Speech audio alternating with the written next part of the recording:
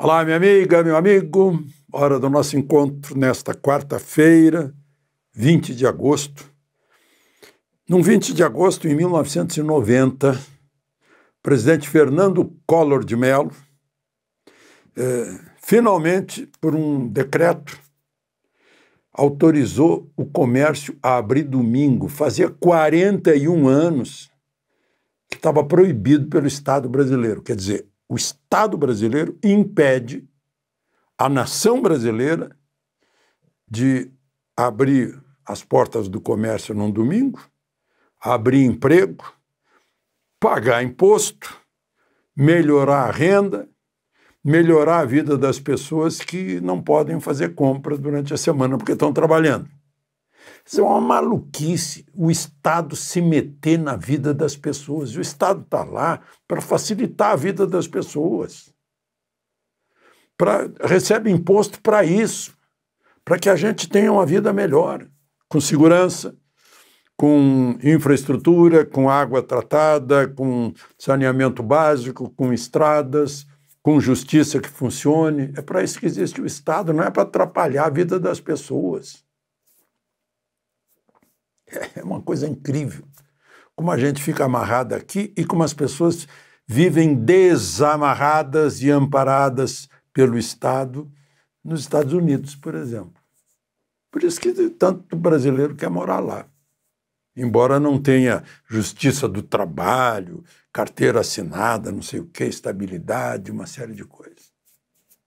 Paga menos imposto, tem mais segurança, tem saúde melhor, tem ruas e cidades bonitas e limpas e tudo organizado.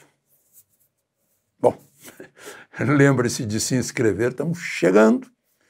Vamos chegar a um total de 10 milhões, somando aqui o X, o Instagram e aqui o YouTube, né? Vamos em frente, então. Não esqueça, lembre-se de se inscrever e, ao final, de deixar o gostei ou não gostei.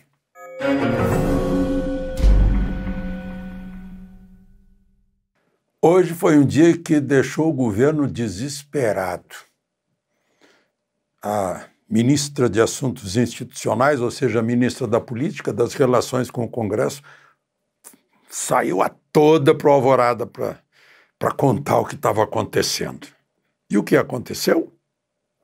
Gente, o governo estava todo mobilizado para não ter comissão parlamentar de inquérito sobre o imenso, cruel, gigantesco, amazônico roubo de quantos milhões aqui de idosos? 3 milhões e tanto de idosos lá na Previdência, mas não queria investigar, né?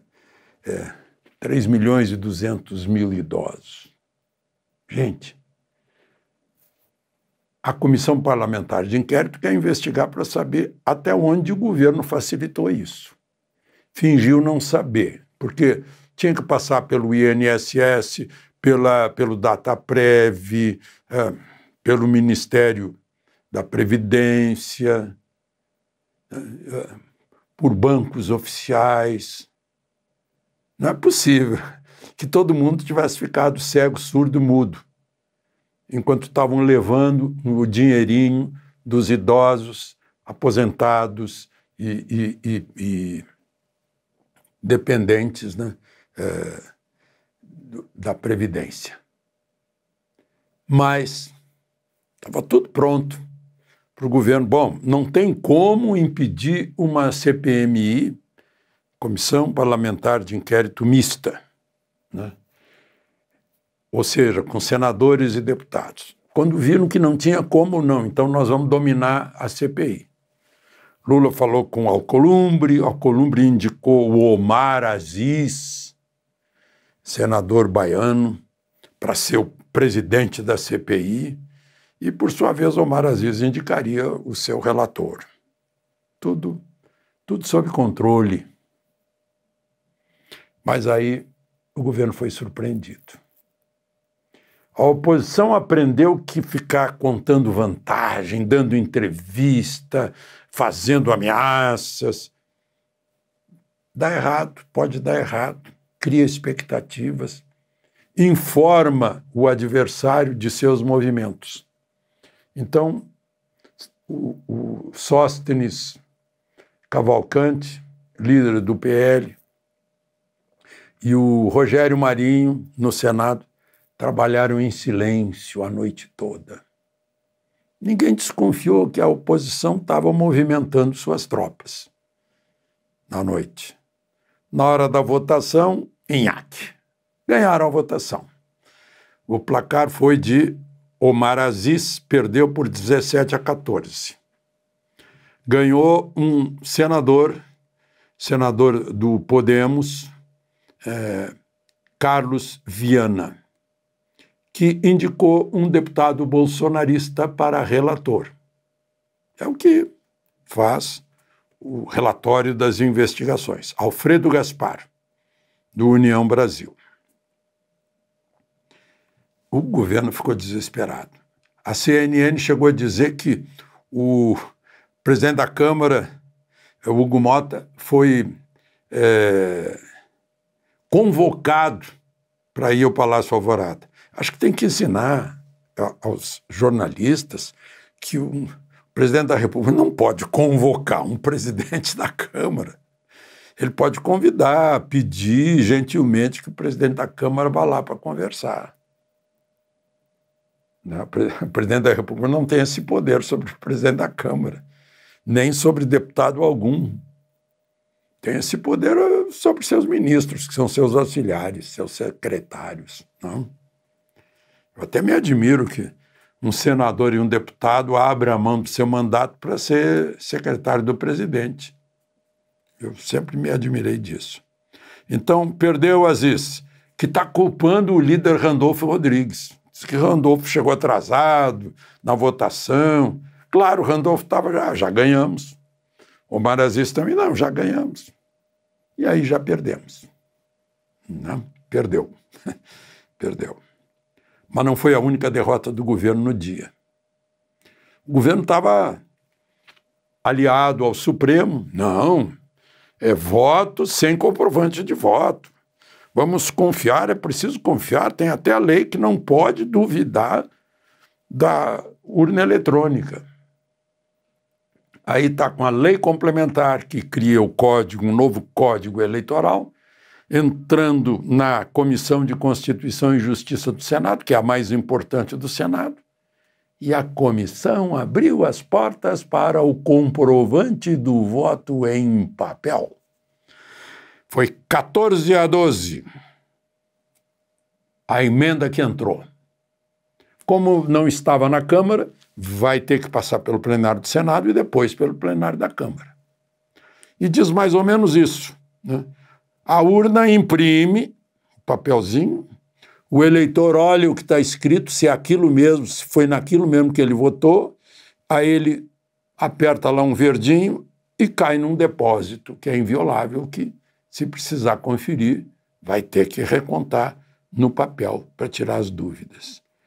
Gente, se tivesse esse comprovante do voto, na última eleição presidencial, não teria acontecido o 8 de janeiro.